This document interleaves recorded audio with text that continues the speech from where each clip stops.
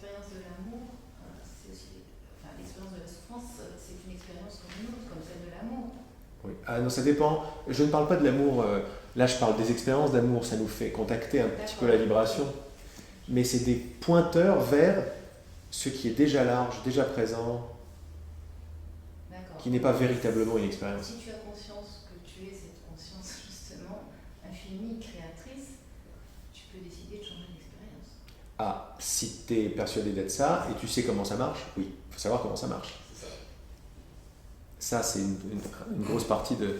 Parce que quand tu vois, je pense aux mystiques qui font l'expérience d'une souffrance extrême qui les conduit à l'extase, en même temps, on dirait qu'ils font cette expérience, qu'ils ont envie de cette expérience de manière qui l'amplifie. À un certain moment, plus je... Et c'est fort comme point que tu dis. Plus je commence à comprendre les principes qui sont à l'œuvre, les comprendre au début un petit peu intellectuellement, mais après je fais corps avec eux. Je me dis, oula, mon désir est créateur, etc. Après, je peux arriver à des choses du style, il n'y a rien de ce qui se passe que je ne désire pas. Oui. Il y a un lit en haut. 10 toilettes à l'extérieur, un lit en haut, et ce que tu veux. Mais ça, on peut pas le... Ça, c'est un outrage ici. Mais en revanche, quand on commence à ressentir ce partage, on se dit, mais on s'ouvre à la possibilité, même infime, que ce soit possible. Ça, c'est vraiment la meilleure manière de faire. Raisonner par l'absurde, s'ouvrir à la possibilité de... Parce que là, ça nous ouvre sur un pan de... Tout ce qui m'arrive, je le veux vraiment. C'est un outrage. Mais ne serait-ce pas un principe universel ?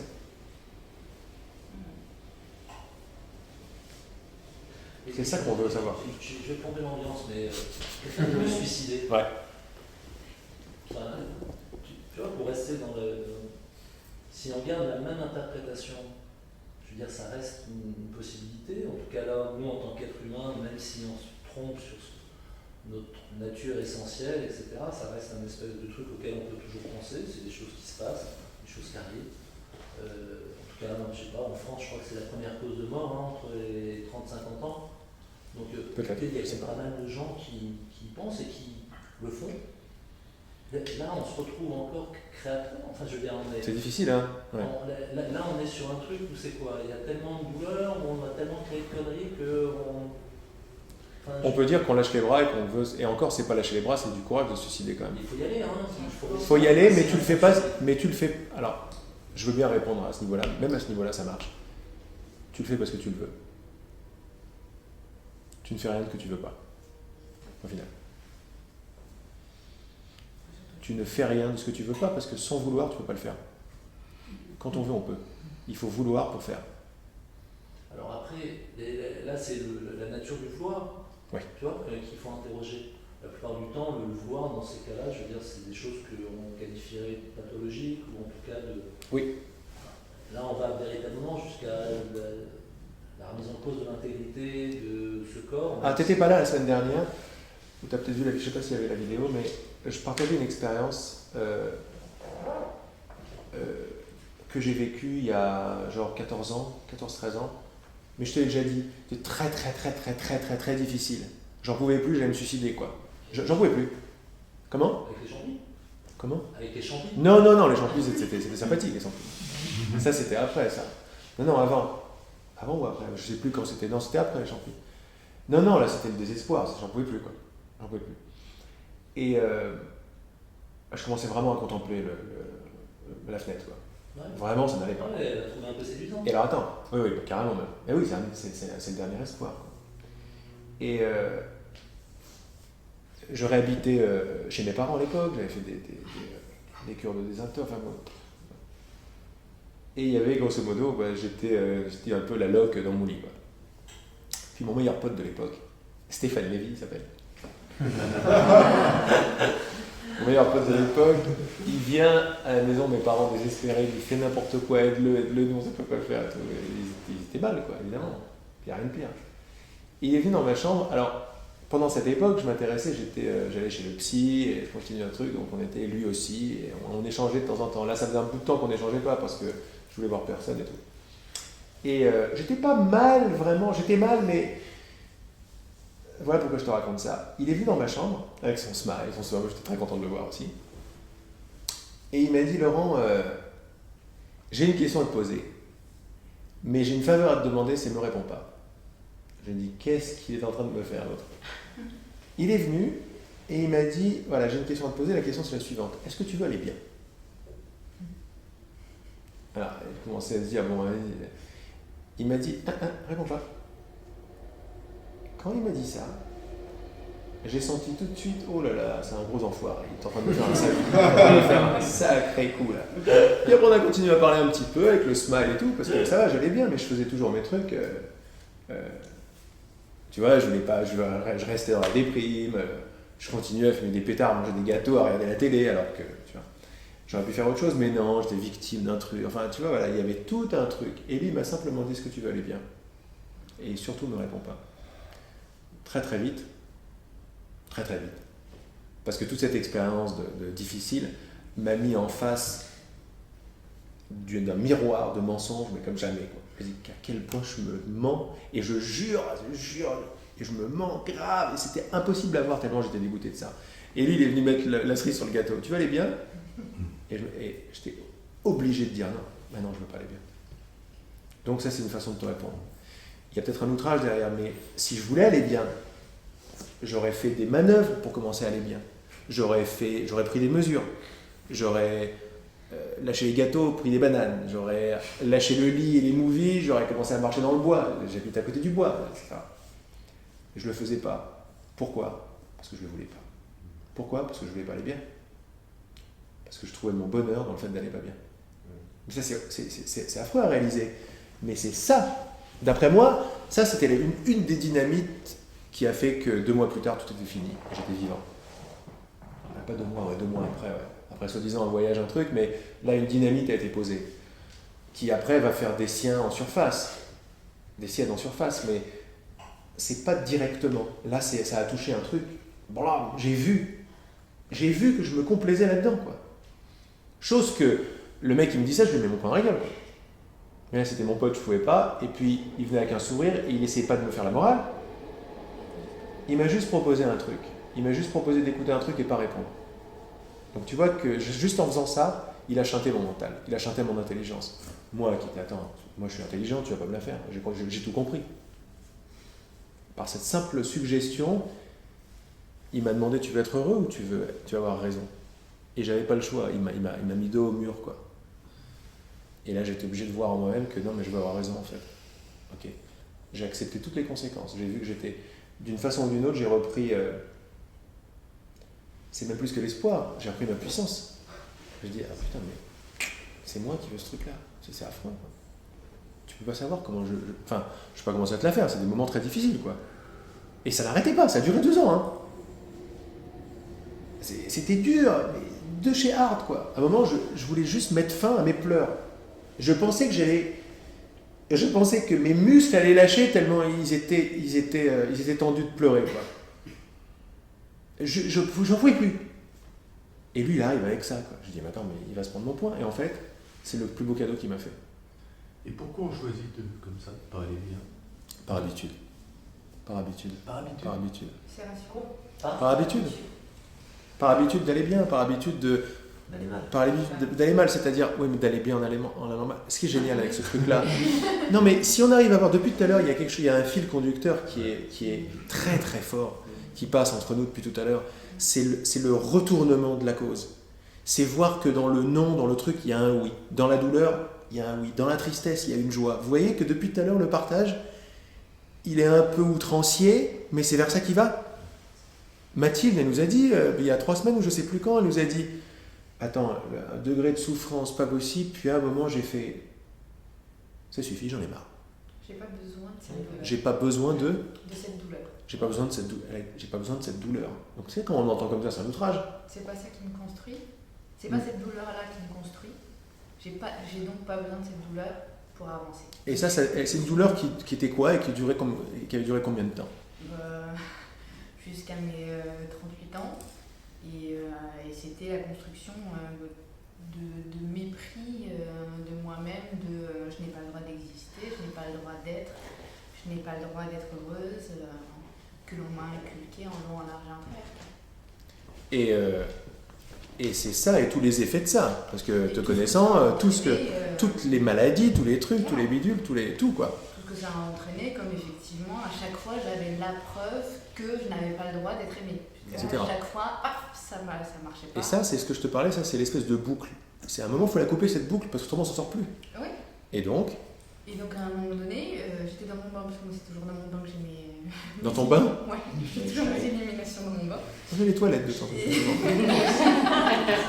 Cette espèce, Et là, je me suis dit, mais attends, t'as fait un travail gargantuesque dans tous les sens, t'es allé voir toutes les personnes possibles, inimaginables qui ont pu t'aider et tout.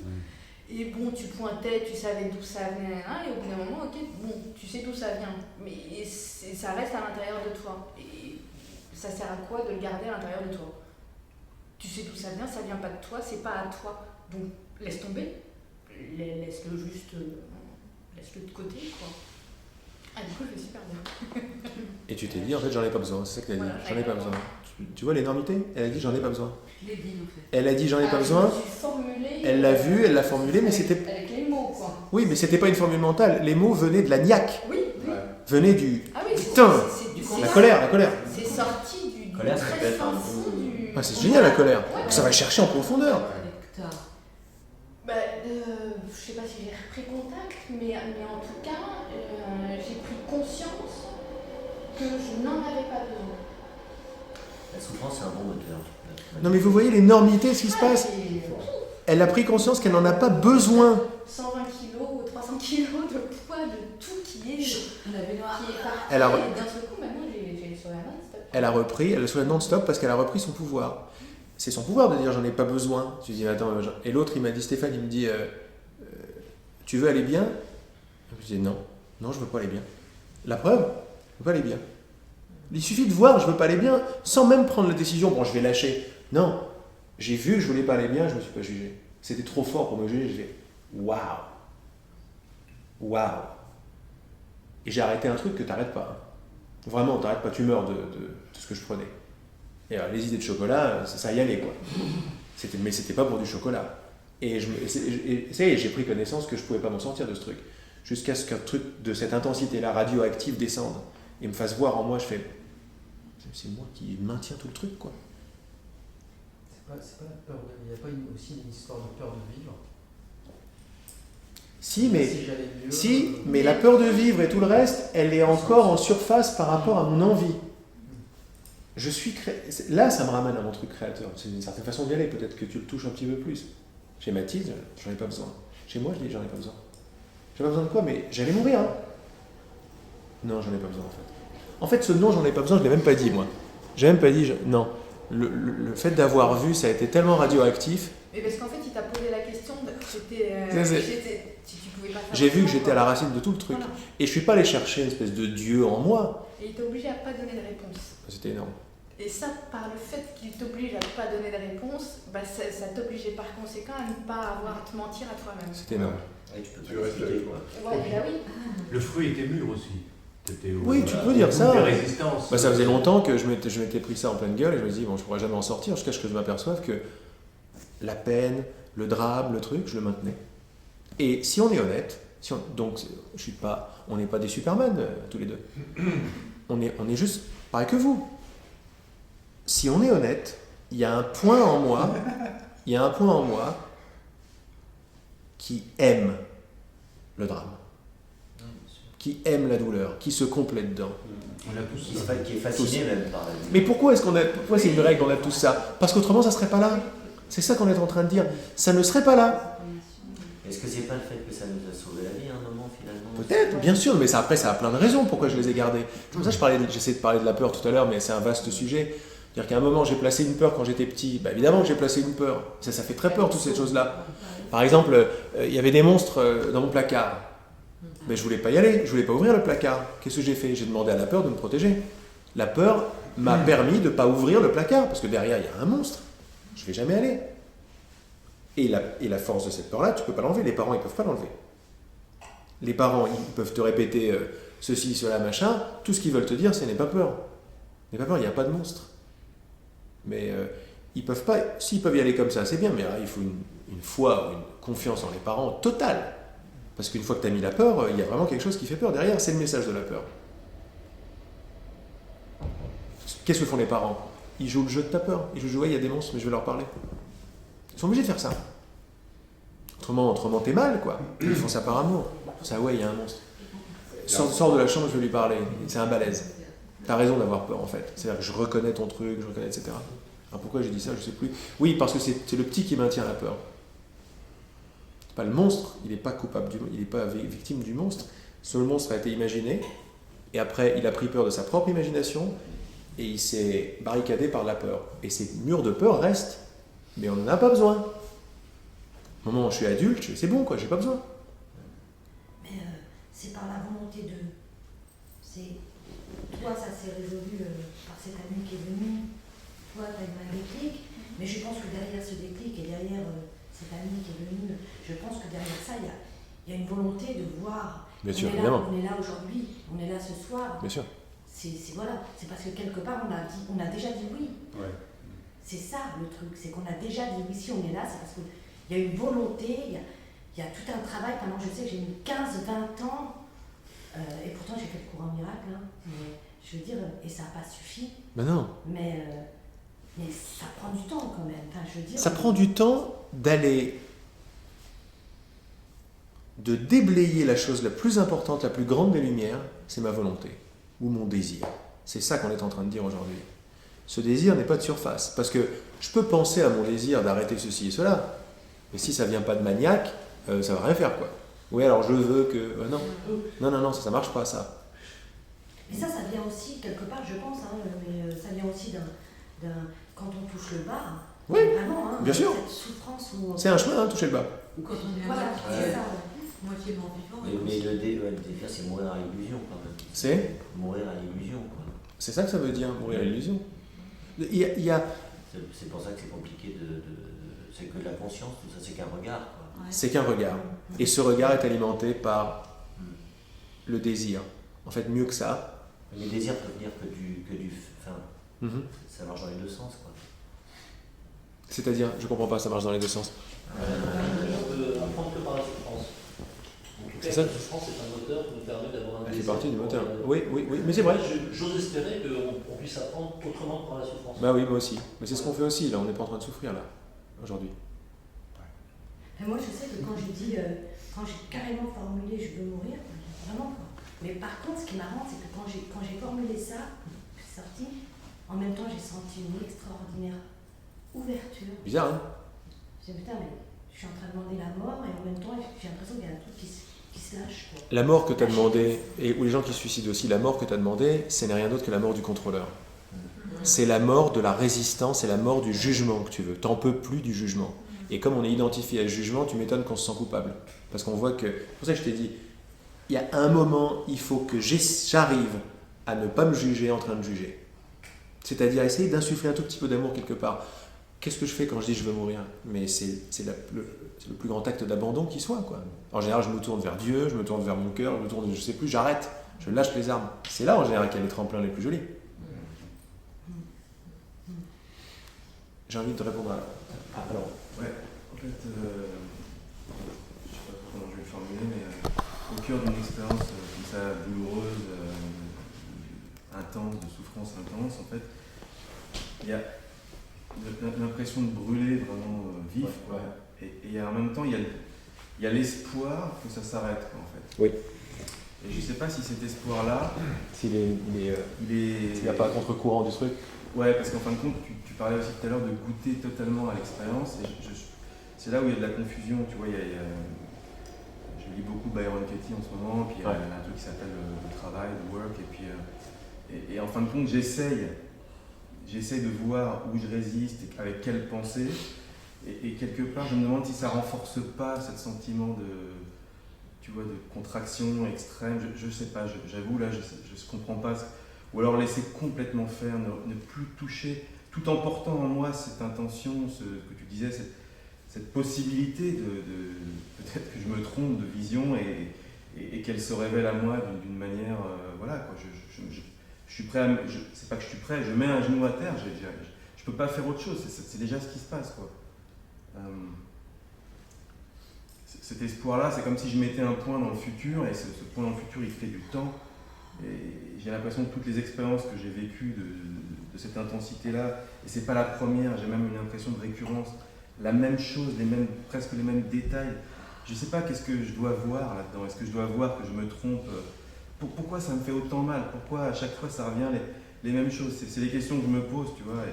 Et même si j'ai un genou à terre, mais j'ai pas un genou à terre par courage, j'ai un genou à terre par reddition totale. T'en peux plus, ça, ouais. Non, Mais c'est parce que j'ai perdu la bataille, j'ai perdu complètement. pas encore. Autrement, tu souffrirais pas à ce point-là. Quand on a vraiment perdu la bataille, en général, on a arrêté de souffrir. Quand on a vraiment perdu la bataille. C'est fort ce message. C'est le message de Baron Katie. C'est sa vie à elle. Et son premier bouquin s'appelle Aimer ce qui est. Et son message aujourd'hui, c'est il n'y a pas une chose qui se passe dans ma vie, il ne se passe pas que des choses roses dans sa vie, que je ne désire pas et que je n'aime pas totalement. Ouais, mais elle le formule un peu différemment, mais c'est pas pour discuter sur les mots, parce que toi, ta manière de dire les choses, elle est sans doute différente, c'est pas important, mais elle aurait plutôt tendance, d'après ce que je lis, l'énergie qu'il y a, c'est en fait, c'est plutôt voir comment j'aime déjà ce qui est, et non pas comment j'ai créé ce qui est, tu vois, c'est un peu différent, j'ai l'impression, énergétiquement quand même. Quoique le mot créer, il prête à confusion aussi, parce qu'on croit qu'il y a quelqu'un qui crée, quoi. C'est pas ce qui se passe. De toute façon, c'est clair que je rejoins ce que disait Stéphane, il y a cette énorme culpabilité. Mais oui. Même quand il y a 2 semaines qu'on a parlé de ça, et même avant, on avait déjà parlé, et ça fait... On a parlé avec Julien, bien sûr. D'ailleurs, la phrase que tu as dit pendant la méditation, les choses pourraient être autrement, c'est la pire souffrance, ce truc-là, en fait. C'est le coup de poignard qui revient tout le temps, en fait. Eh bien, si tu vois ça, si tu vois que la pire des choses, c'est les choses pour être autrement, il n'y a rien d'autre à voir. C'est-à-dire que dès que tu vois ce truc-là arriver, il faut que tu trouves en toi une force pour refuser ça, pour dire c'est pas vrai. Baron Katie, qu'est-ce qu'elle a fait? Tout son work de Baron Katie, c'est pas vrai. Betty, que t'adores, c'est la même chose que Baron Katie. C'est à un moment, elle a vu un peu tout le truc, elle a vu En rêve que de soi, elle a vu tout le machin, elle a pris son mental entre 4 yeux, et à chaque fois qu'il lui a amené quelque chose, je te crois pas. Baron Katie, The Work, est-ce que c'est vrai? Là, qu'est-ce qu'on est en train de dire? Les choses pourraient être différentes de ce qu'elles sont, c'est pas vrai. J'ai fait le travail sur cette pensée-là. J'aurais dû faire autrement, tu vois. Mais c'est pas venu apparemment pour l'instant des profondeurs de ce que tu évoques en fait. Si, je suis un peu théâtral quand je parle, mais. Pourquoi je dis ça? Non, parce que je parle des trucs profonds et tout, mais oui, non, mais ça suffit de le faire ou de le faire. Ça n'a pas suffi, si tu veux, à dissiper. Il y a comme un doute. Est-ce que c'est vrai? Ouais. Alors, tu vois, elle dit est-ce que c'est vrai? Est-ce que vous êtes vraiment sûr que c'est vrai? Alors sur le premier, est-ce que c'est vrai? Je dis oui. Est-ce que vous êtes vraiment sûr que c'est vrai? Je dis non. Parce qu'on ne peut jamais être absolument. Mais ça me laisse au même endroit. Non, ça c'est le ouvre. même continuum. Ah, ça. Le doute et la croyance, c'est le même continuum. Donc oui, pareil. c'est pareil. C'est pareil. Je n'ai pas bougé d'un cran. Non, ça c'est pas vrai. Parce que ces questions, elles sont précises. Ces questions, elles ne veulent pas avoir une réponse. Ces questions, elles ouvrent l'esprit à la possibilité qu'on ne sache pas. Vous avez vu? Subjonctif, qu'on ne sache pas. Après, je peux continuer? Bien sûr. Juste pour revenir aussi à ce que tu disais, je ne me rappelle plus ton prénom. En fait, par rapport aux images, et moi, il y a des images qui me percutent en pleine face, en fait. Des images de faire l'amour avec cette femme dont j'ai parlé il y a 2 semaines et me confronter à le fait qu'elle ne soit pas là, en fait, quand je te dis que ça me percute, c'est vraiment, mais je veux pas de cette image. Pourquoi? Parce que ça me fait mal, Et si tu te mettais à la vouloir cette image? Ça peut être sympa, regarde tout à l'heure on a fait l'image, c'est un kiff. T'as l'image de... Qu'est-ce que tu vois quand Ah non. Qu'est-ce que tu vois quand je vois mon impuissance. Non, c'est pas vrai l'image, elle parle pas de ton impuissance, l'image, ça doit être de la pure image, vous faites l'amour tous les deux, ou t'as un désir pour elle ou quelque chose, non? Ouais, c'est ça, ouais. Sans rien rajouter à cette image, on peut rester avec. C'est sympa cette image. Ça a pas l'air. Non mais si, ça, bien sûr que ça a l'air, mais ça serait pas là si elle était pas sympa l'image. C'est toi qui la demandes cette image, parce qu'elle est belle. Elle est belle cette image. L'image de faire l'amour à quelqu'un, c'est très beau. L'image du chocolat aussi, c'est très bon. Elle serait pas là si tu l'aimais pas le chocolat. Le chocolat, il est là parce que tu l'aimes. L'image de la femme machin, elle est là parce que tu l'aimes. On n'est pas là pour se juger. Si on enlève les histoires d'éveil spirituel, de culpabilité, je devrais pas, il y a l'image du chocolat, il y a l'image de faire l'amour à la femme. Bah, profite de cette image. Il y a le désir qui est contrarié, si tu veux. Mais il est contrarié parce que tu le contraries. Mais quand tu as l'image, tu restes avec l'image. Comment je fais ça? Mais je sais pas. Si tu fais ça en voulant que ce soit pas là, en disant mais il y a un problème. Mais il n'y a pas de problème. Tu peux goûter à l'émotion de. Tiens, ça me rappelle on avait parlé de ça. Ça me rappelle. L'image arrive, goûte à l'image sans rien rajouter dessus. Fais l'amour à cette fille, dans ton esprit, hein. Mais goûte les sensations de faire. Tu peux même avoir des extases avec. Oui, mais beaucoup plus que ça même. Comme tout à l'heure. Tu peux rentrer dans la scène, tu peux imaginer. T'as déjà couché avec elle? Bon, alors ça devrait être facile, c'est juste que tu rajoutes une espèce d'histoire de je suis largué, je suis pas à la hauteur, j'y arriverai pas. Mais il rajoute une frustration, ça se passe pas. Oui. Il peut le faire mentalement. Mais à un moment, il faut couper parce que cette frustration, elle est en plus. Parce que là, tu es en train de croire que la cause de ton mal-être, c'est cette image qui arrive. Je dis non. Enfin, c'est pas que l'image arrive, c'est ce qu'elle me révèle. Quoi. Oui, mais elle n'est pas obligée de te révéler ça. C'est une façon de jouer avec les images, mais elle n'est pas obligée de te révéler ça. Change ton regard. Elle peut simplement te révéler waouh, yeah, sympa. Et ça me ramène faire un trait d'union avec ce que j'ai lu, et je te l'ai dit tout à l'heure sur Facebook, là, tu as écrit un texte qu'on pourrait résumer par on rêve que de soi, quelque part. En fait. Ouais. Mais, oui. Et une petite, un petit commentaire que tu as fait aussi, en fait, chaque fois que ça sert, oui. Corrige-moi si je me trompe, oui. c'est qu'en fait, c'est toi qui te fais mal. Enfin, oui. C'est à peu près ce que tu as dit. C'est le jugement de toi que j'ai dit. C'est le jugement de toi, en fait, ce que tu as dit même autrement, c'est ce que tu penses que les autres pensent de toi. Oui, c'est ce que tu penses de toi. Ça, je sais pas, ça m'interpelle vachement. Ah oui. Quand je l'ai lu, ça m'a éclairé, enfin, ça m'a foudroyé plutôt. Mais, donc ça veut dire que si ça t'a foudroyé, c'est les mots que j'ai écrits dans Vivre aucun pouvoir. Si t'as foudroyé, c'est la reconnaissance que tu le sais déjà.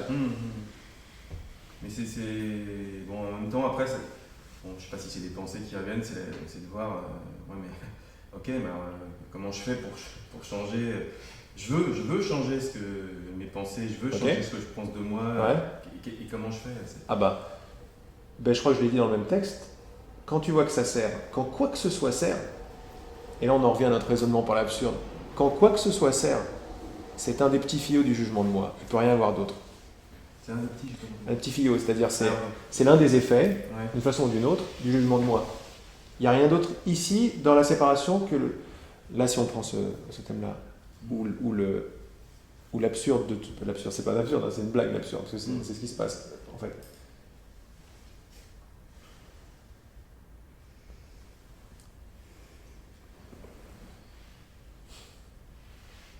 Toutes les peines proviennent du jugement de soi.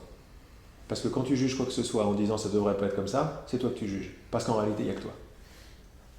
Donc c'est pour ça qu'il faut y aller par l'absurde là-dedans. Il faut pas y penser. Si ça c'était possible, tu comprends que tu peux retracer toutes les contractions du jugement de toi. C'est pour ça que le cours en miracle fait une grosse caisse de la culpabilité. C'est pour ça qu'on sent la culpabilité, c'est ce qu'il y a de pire. Parce que c'est le truc le plus profond. Est-ce que tu es en train de dire que les jugements que j'ai sur moi-même inconscients, oui. Inconsciemment aussi, j'ai l'impression qu'ils me servent à quelque chose? Est-ce que inconsciemment, j'ai l'impression que la culpabilité me sert à quelque chose? C'est ça que tu veux dire? Ou c'est pas ça? Oui, mais là c'est encore un autre truc. Je sais pas ce que tu entends par me sert à quelque chose. Si tu arrives à voir, ce que je voulais dire simplement ça, bon, on peut aller là après. C'est ce que tu en as parlé de servir à quelque chose. Oui, c'est ça. Mais on peut plonger là tout de suite. Parce que ça serait un gros outrage.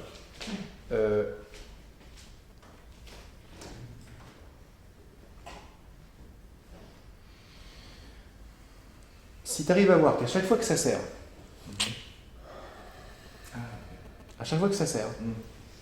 c'est un jugement de toi recyclé ou projeté. Ça sert, tu veux dire comme ça? Ça fait mal. Ah, okay, ça fait mal. Quand ça fait mal, c'est une façon ou une autre de vivre le jugement de moi. C'est assez absolu. Ça veut dire que si le voisin m'énerve, S'il y a un problème, j'ai un problème d'argent, si j'ai un problème de quoi que ce soit, si je réagis comme ça, c'est que j'ai jugé ça, mais en fait, je ne peux juger que moi, parce qu'il n'y a que moi, même si je l'ai oublié.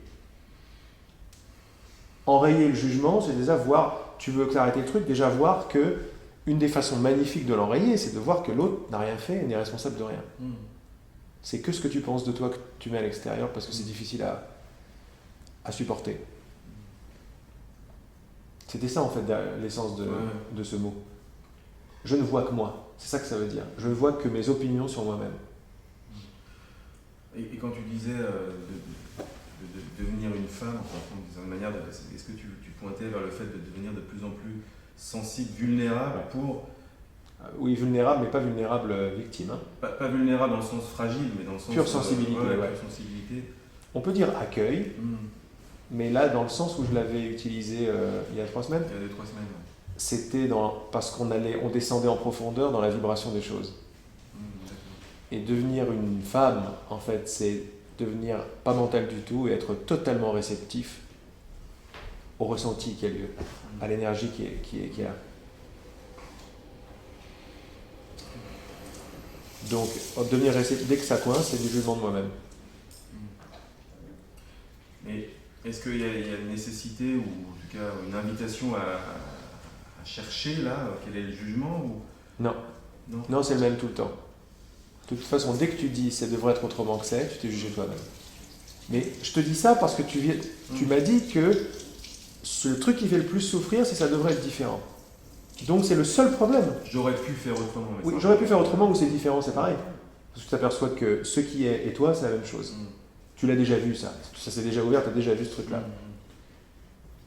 Donc, quand tu as vu que le problème, il n'y en a qu'un, bah, tu t'aperçois que la solution, elle est beaucoup plus simple. Parce qu'il n'y en a qu'une. C'est pas vrai. Ça pourrait être différent? Non, ça pourrait pas être différent. Non, parce que c'est pas vrai. Ça ne peut pas être différent de ce que c'est. C'est une façon d'enrayer ce jugement-là, c'est le jugement qui est la cause de tous les autres. C'est pour ça que d'une certaine façon ou d'une autre, on te demande d'accepter les choses. On va trouver des moyens pour essayer d'accepter. Mais ça peut être aussi une forme de déni, de ne pas, de ce que vous disiez tout à l'heure, de ne pas voir. De quoi? De la non-acceptation, le refus. C'est aussi une forme de... c'est ce qu'on disait tout à l'heure. J'ai décidé de ne pas voir, quelque part. Oui. Il faut voir où est-ce qu'on comprend voir, mais embrasser tout tel que c'est, ça pourrait s'appeler voir. Donc c'est pour ça que nos termes, il faut qu'on les redéfinisse, quoi. J'ai décidé de ne pas voir, c'est-à-dire j'ai décidé de ne pas m'aimer. Oui, de ne pas voir, de ne pas m'aimer, de ne pas accepter les choses, J'ai mis du jugement, quoi. Voilà. Là où il n'y en a pas. Mais ça, c'est quand on est un peu dans le déni, de toute façon. Ah oui, l'ego, c'est que du déni. Hein. Regarde. C'est irrefusable, ça.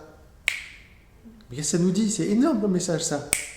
Ça veut dire qu'on peut se monter des histoires. En réalité, le refus est impossible. Ce n'est pas possible de refuser les choses. Et quand je viens de dire ça, vous dites, c'est évident, quoi. Je peux rien refuser.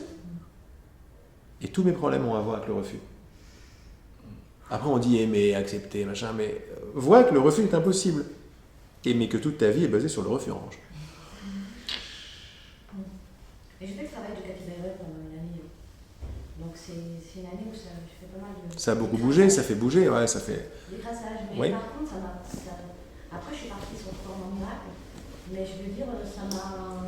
le questionnement, les 4 questions... Mais ça m'a pas non plus... ça m'a aidé, certainement. Oui. Bon, après, je veux dire, le chemin est difficile. En fait, pour résumer, parce que je vois qu'il est tard, pour résumer, moi quand j'avais commencé le chemin spirituel de façon consciente et tout, je commençais à lire, à découvrir des trucs et tout, il y avait des phrases que je trouvais des lapalissades, des trucs sans aucun intérêt, et qui en fait s'avèrent être la seule formule valable d'un chemin spirituel qui valait la peine d'être appelé chemin spirituel, c'est ce qui est faux ne peut pas être vrai. Ou si tu préfères, Byron Katie, c'est pas vrai. Ou le Saint-Esprit, avec le message du courant miracle, qui te dira toujours la même chose, c'est pas vrai. Donc c'est tout. Le seul travail, c'est nier ce qui est faux, d'une façon ou d'une autre. Parce que quand tu acceptes totalement l'expérience telle qu'elle est, tu permets pas nier d'arriver. Tu l'acceptes. Il faut enrayer le jugement, point final, d'une façon ou d'une autre. Le jugement du Saint-Esprit, le jugement dernier, si tu veux, et c'est une bonne façon de terminer l'après-midi, c'est que tout est, d'abord c'est que tout est, en fait. Mais on pourrait rajouter, nous, tout est parfait. Tout est ce qu'il est tel quel. Tout est parfait comme il est. Tu l'as dit. C'est le jugement du Saint-Esprit. Voilà, pour finir un peu bibliquement, quoi. La vérité est la lumière sur les ténèbres. Oui, c'est que les choses sont, ou si tu préfères, les choses sont exactement telles qu'elles sont. Elles ne peuvent pas être différentes. C'est le dernier mot. Les choses ne peuvent pas être autrement de ce qu'elles sont. Ah mais si ça c'est mon moteur, j'ai plus besoin d'inventer le temps, par exemple. J'ai plus besoin de temps. J'invente un temps pour inventer un endroit où les choses pourraient être différentes. Mais si les choses ne peuvent pas être différentes, j'ai plus besoin d'inventer du temps. J'ai besoin de m'inventer moi en train de chercher quelque chose de différent, de faire l'expérience de faire quelque chose de différent. J'ai même plus besoin de m'inventer un moi. J'ai pas besoin de m'inventer du temps, j'ai pas besoin de m'inventer du moi, j'ai pas besoin de m'inventer du passé avec du regret, j'ai pas besoin de m'inventer de culpabilité. Les choses sont telles qu'elles sont. Et c'est tout simple. Il faut se détendre. C'est ton dernier mot? Il n'y a pas de mot, c'est mon dernier mot. Il n'y a pas d'autre mot. Il faut se détendre. Le il faut est un peu balèze, quoi. Se détendre. Devant le radiateur, se détendre. C'est détendre. Détendre. Bon, moi je crois que ça va, hein. Je crois que c'est complet. Hein. Allez.